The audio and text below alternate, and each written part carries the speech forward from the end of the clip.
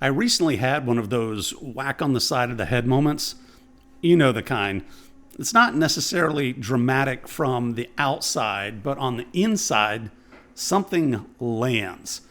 A phrase, a category, an idea, a way of seeing your own life suddenly comes into focus. And once you see it, you can't unsee it.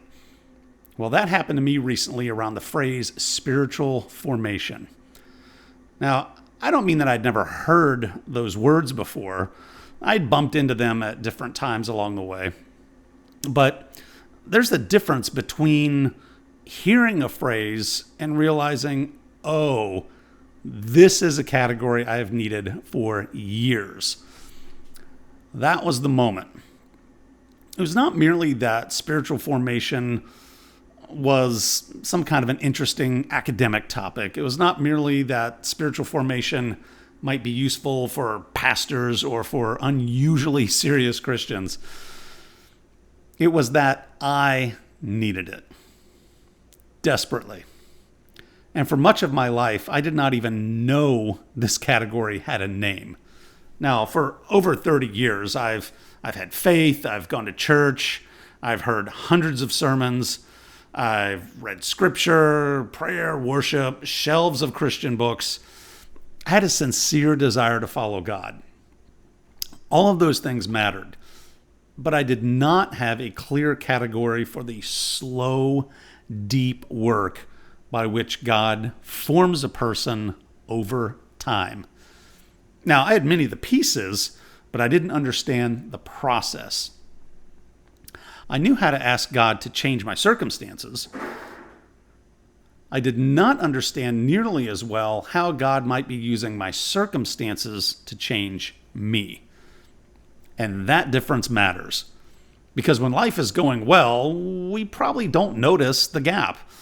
When prayers seem to be answered quickly, when doors are opening, when that sense of calling is clear, and when your plans work out, you may not feel the need for deeper categories. We may feel like we understand what God's doing, but what happens when life does not work that way? What happens when the door does not open? When the calling does not unfold the way you thought it would?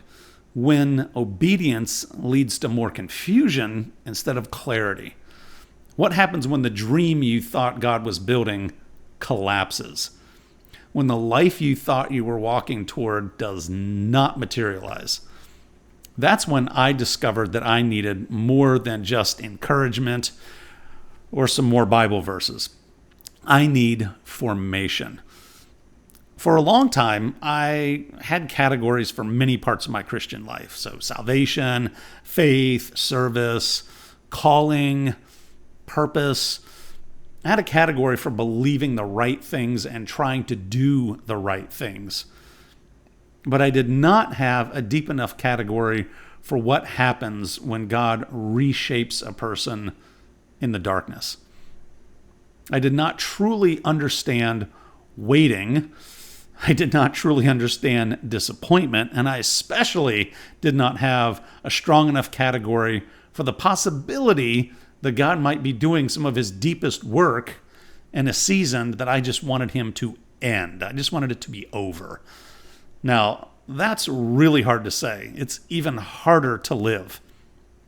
Because when you're in a painful season, you usually do not want some theological framework, right? You just want relief. You want it to be done. You want the job to come through. You want the opportunity to open. You want the numbers to work. You want the relationship to heal. You want the health issue to resolve. You want the answer to arrive.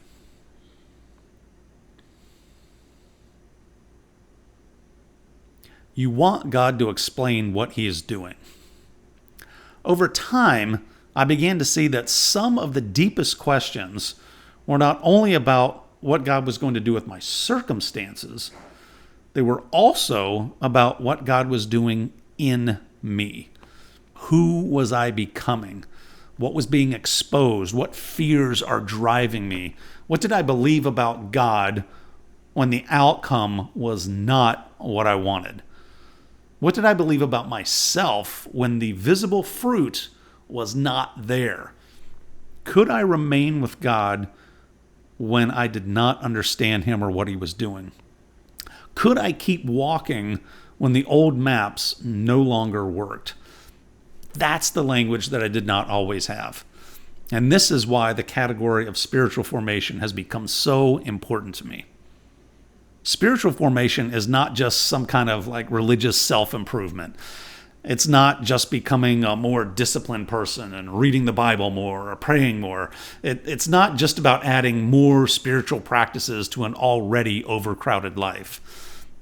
At its heart, spiritual formation is the work by which God reshapes us. It is the slow work of God in our desires, our fears, our identity, our reactions, our expectations, and our way of seeing reality. It's not merely about what we say we believe. It's about what we are becoming.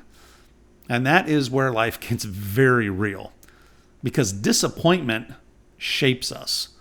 So does waiting, failure, loss. The question is not whether we are being formed. The question is, formed into what? Without spiritual formation, disappointment can deform us. For me, I know it's made me cynical, brittle. I know sometimes I get suspicious of anything joyful. I've been resentful towards people who are getting the very answers to the prayers that I've been asking, but I'm not receiving. It can make us spiritually numb. And when God does not answer prayers the way we hoped, we may not know what to do with him.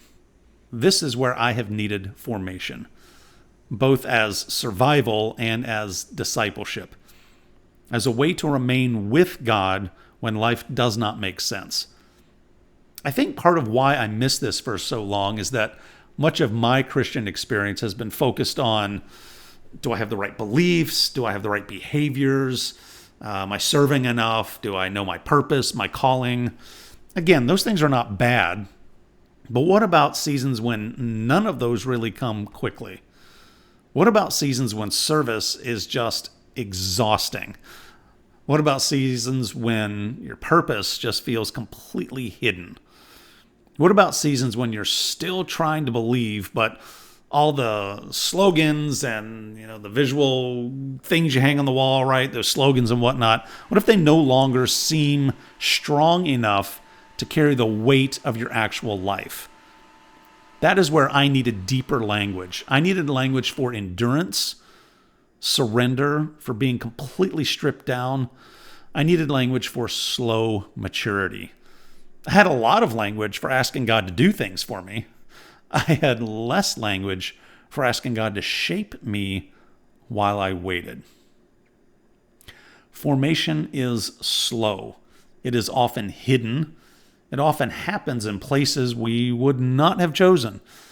And formation often feels, in the moment, like nothing is happening.